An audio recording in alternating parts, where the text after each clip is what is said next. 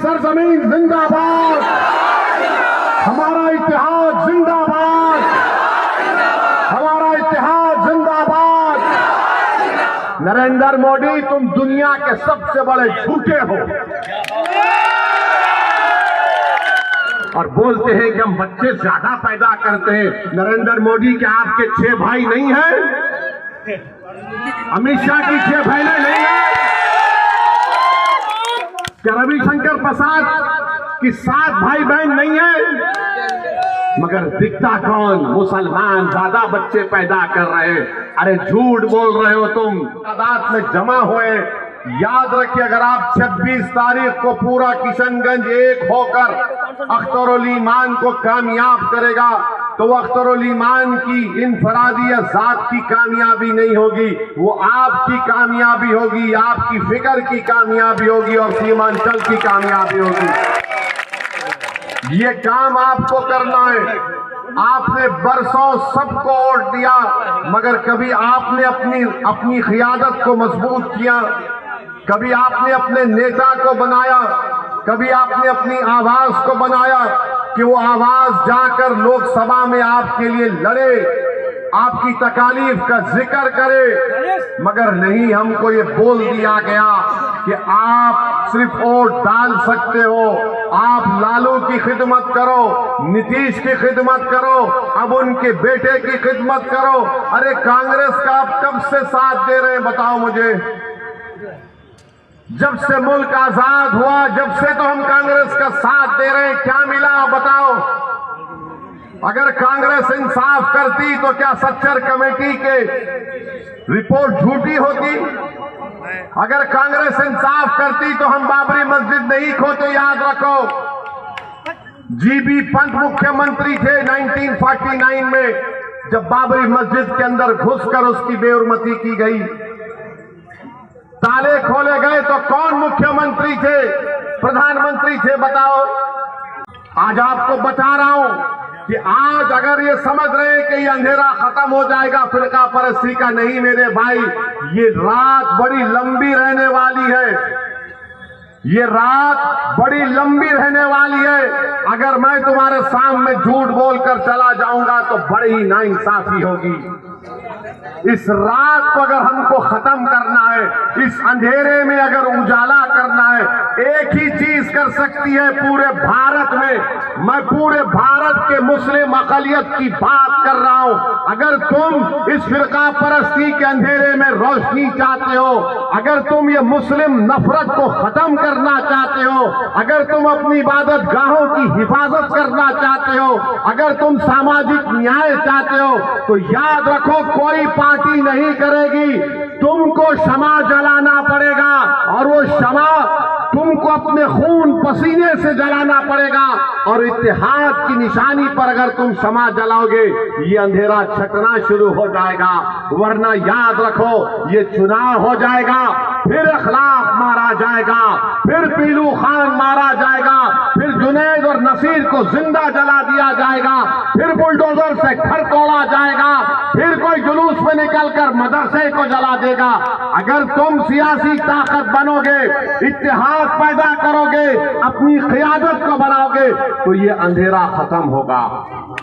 ये अंधेरा उसी वक्त खत्म होगा। मेरी इज्जतदार माँ और बहनों, मैं आपको पूरी जिम्मेदारी के साथ आपके सामने अर्ज कर रहा हूं। वरना यही हम किसी के पैर का फुटबॉल बने हैं, कभी कांग्रेस तो कभी राजद तो कभी नीतीश कुमार।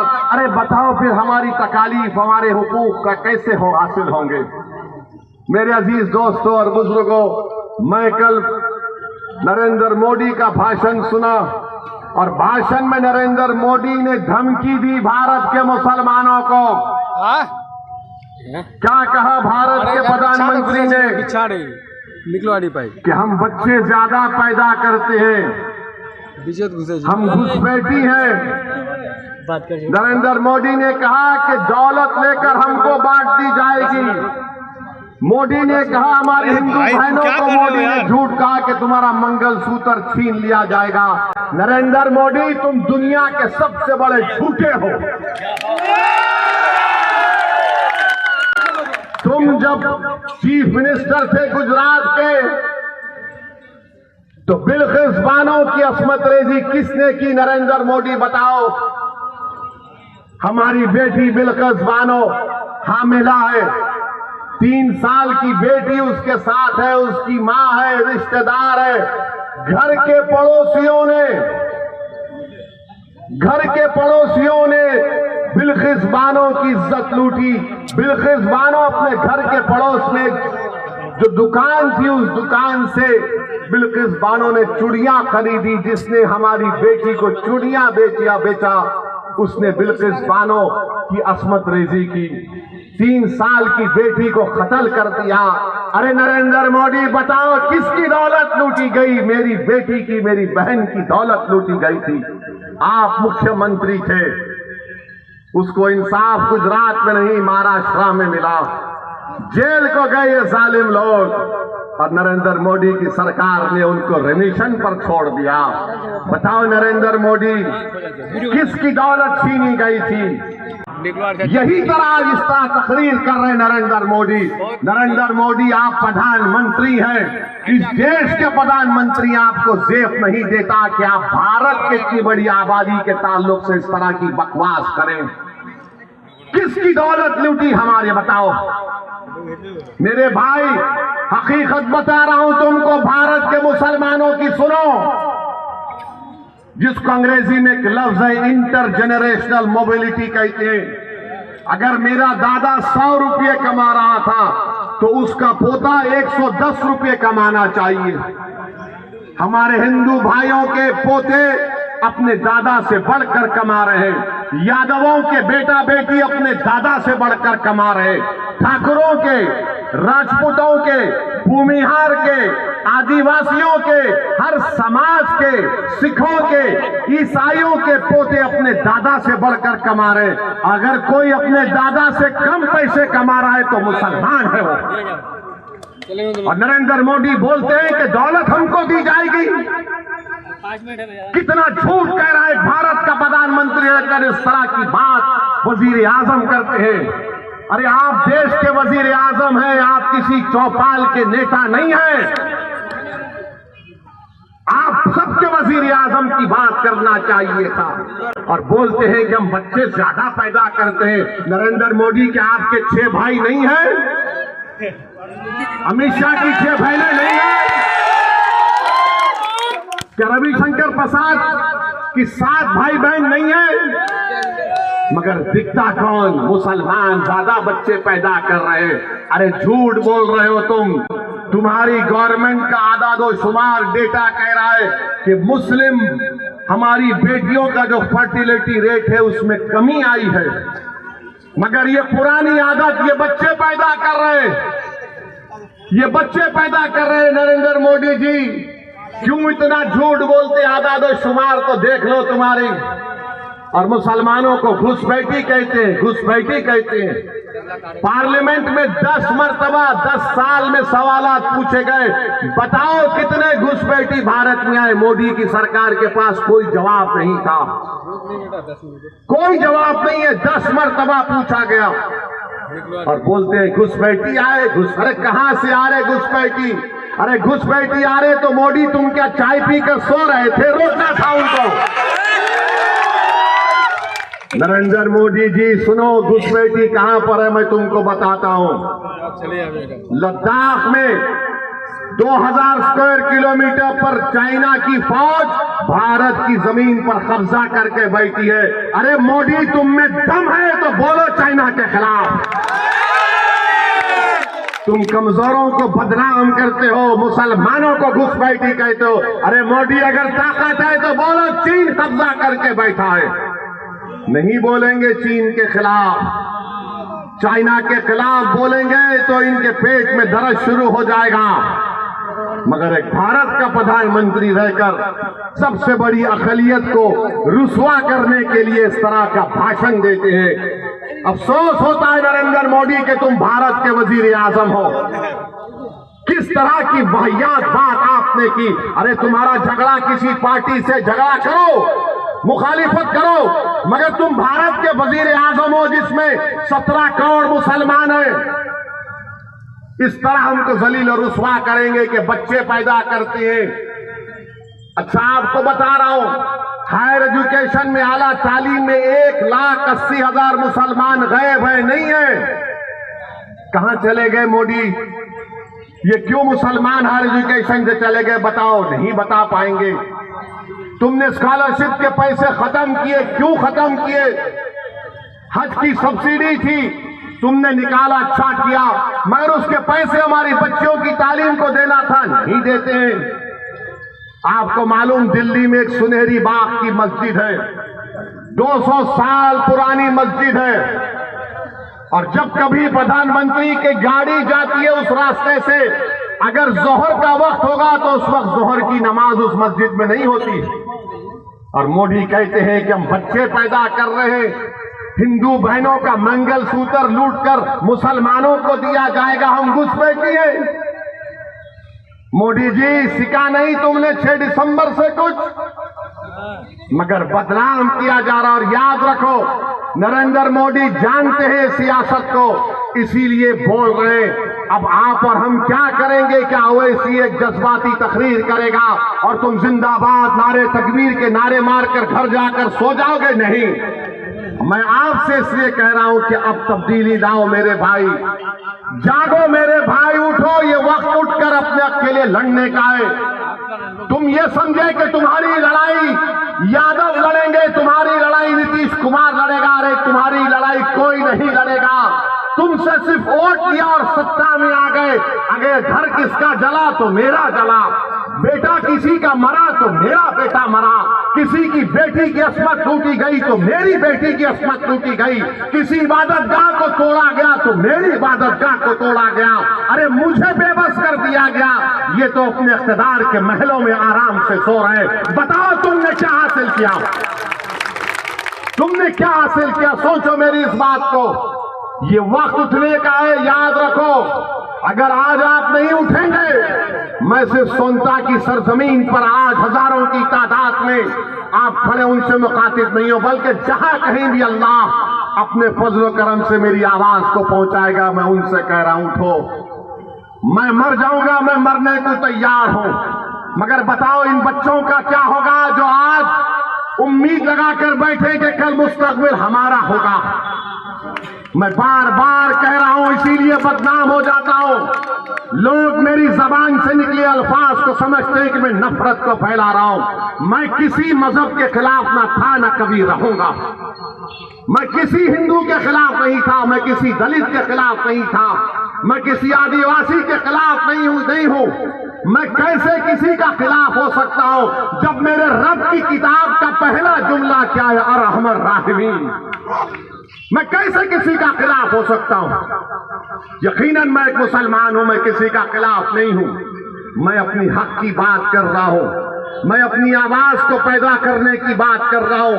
अगर नरेंद्र मोदी खड़े होकर कह सकता है कि मैं भारत के ओबीसी का नेता हूं, तो क्या अख्तरुल ईमान गए गुजरा अख्तरुल ईमान खड़े होकर नहीं कह सकता कि मैं सीमांचल का नेता हूं? बताओ, मेरे सवाल का जवाब दो। क्या अख्तरुल ईमान खड़े होकर नहीं कह सकता कि मैं सीमांचल का नेता हूं? बताओ आप, क्या अख्तरुल ईमान नहीं कह सकते कि वो सीमांचल के नेता हैं? मेरे भाई, अगर तुम मानते हो तो फिर 26 तारीख को दबाओगे नहीं दबाओगे बटन? ये पूछो पतंग के निशान पर। अगर अख्तरुल ईमान सीमांचल का नेता है तो हाथ उठाकर बताओ, जहां जहां है हाथ उठाकर बताओ कि अख्तरुल ईमान सीमांचल का नेता है। और नेता को हम कामयाब करेंगे पतंग पर बटन दबाकर। करेंगे आप लोग? तो मेरे भाई, ये काम आपको, हमारी बहनों को, बुजुर्गों को करना है। अख्तरुल ईमान अभी ठहरो, अभी खत्म नहीं हुआ। अभी अरे भाई साहब, रुकिए रुकिए रुकिए, बोलने दीजिए। बैठो ना भाई, बैठो ना। हम आपको ये बता रहे हैं, इसलिए बता रहे हैं कि याद रखिए। एक मिनट। अरे बैठो जी। हम आपको इसलिए बता रहे हैं कि भारत की पार्लियामेंट में मैं इम्तियाज जलील 2 लोग रह गए मेरे भाई। मैं आपके सामने हाथ फैलाकर अपने लिए नहीं, इन गरीब मजलूम अकलियतों के लिए भीख मांग रहा हूं जो सीमांचल के भी हैं और पूरे भारत के हैं। मेरे भाई, हम एक और को कामयाब कर दो, हम तीन मिलकर जाएंगे। हम तीनों को, अख्तर और ईमान को, इम्तियाज जलील को, रफीउद्दीन ओवैसी को कामयाब कर दो। मेरे भाई, मेरी इज्जतदार माँ और बहनों, तुम्हारी लड़ाई लड़ने के लिए जाएंगे। तुम्हारे बच्चों के रोशन मुस्तकबिल के लिए, सीमांचल के इंसाफ के लिए हम लड़ाई लड़ना चाहते हैं। मुझ पर कई मर्तबा हमला हो गया, मैं मरने को तैयार हूं, मगर मेरी जिंदगी का एक मकसद है कि जब मैं अपने रब के पास चला जाऊंगा तो मेरी आंख जब बंद हो जाएगी, मैं चाहता हूं कि तुम्हारी सरजमीन पर तुम्हारी एक क़यादत बने, तुम्हारी लीडरशिप बने।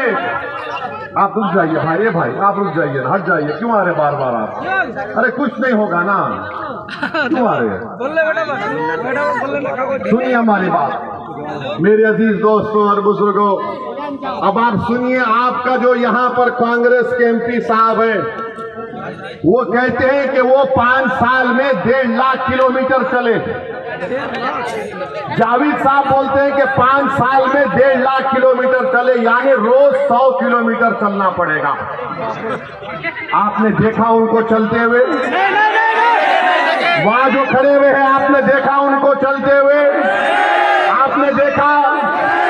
आपने देखा? हमारी माँ और बहनों ने देखा? तो किसने देखा? ये जावेद का चलना तो ऐसा हो गया कि जंगल में मोर नाचा। किसने देखा? किसने देखा? तो 15 मिनट चले हम, सिर्फ 15 मिनट। कितनी देर चले? अगर जावेद रहेंगे तो बोलेंगे आप बोलिए, आप बोलिए, आप बोलिए। तो मेरे अजीज दोस्तों और बुजुर्गों, मेरी आप तमाम से एक ही गुजारिश है कि 26 तारीख के दिन आप अपने एक एक वोट का सही इस्तेमाल करिए। ये फिरका परस्ती का अंधेरा पूरे मुल्क को घेर लिया है। ये मुसलमानों से नफरत का तूफान पूरे मुल्क को घेर लिया है। मेरे भाई, अगर आप यहां से अख्तर ईमान को कामयाब करेंगे तो आप उस अंधेरी रात में एक जुगनू का काम करेंगे। उस अंधेरी रात में आप एक जुगनू का काम करेंगे और पूरे भारत के गरीबों को एक उम्मीद नजर आएगी कि चलो असदुद्दीन के साथ, इम्तियाज के साथ एक और हमारा शेर गया है। यहां से अख्तर ईमान की कामयाबी सिर्फ सीमांचल की आवाम की कामयाबी नहीं होगी, वो गरीब और मजलूम दलितों की कामयाबी होगी। वो गरीब जो पिछड़ा है, जो कमजोर है, उसकी कामयाबी होगी। तो मेरे अजीज दोस्तों और बुजुर्गों, हम आपसे यही अपील कर रहे हैं कि आप मुत्तहिद रहिए। 26 तारीख को अपना एक एक वोट पतंग छाप पर लगाइए, और अगर जिस किसी के पास सेल फोन है उसकी लाइट को खोलिए। पूरे सेल फोन निकालिए, अपनी लाइट को खोलिए। चलो निकालो, लाइट को खोलो, वहां भी खोलिए प्लीज। बड़ा मेहरबानी अख्तर भाई, आपका भी फोन का लाइट खोलो। साहब आपका भी लाइट खोला जाए। तुम सब खोलो अपना अपना लाइट, उधर भी खोलो। अब आप ये तस्वुर करो कि पूरा अंधेरा है, फिरका परस्ती है, इखलाक, पीलू खान, बाबरी मस्जिद, ये जो तुम रोशनी जलाए हो, ये उम्मीद की रोशनी तुम आज जलाए हो संता की सरजमीन पर। इस रोशनी को पूरे किशनगंज में फैलाओगे आप, पूरे किशनगंज में फैला दोगे आप। 26 तारीख को पतंग कोट दोगे आप। अख्तर ईमान जिंदाबाद, सीमांचल की सरजमीन जिंदाबाद, सीमांचल की सरजमीन जिंदाबाद, हमारा इत्तेहाद जिंदाबाद, हमारा इत्तेहाद जिंदाबाद। अस्सलाम वालेकुम व रहमतुल्लाहि व बरकातहू।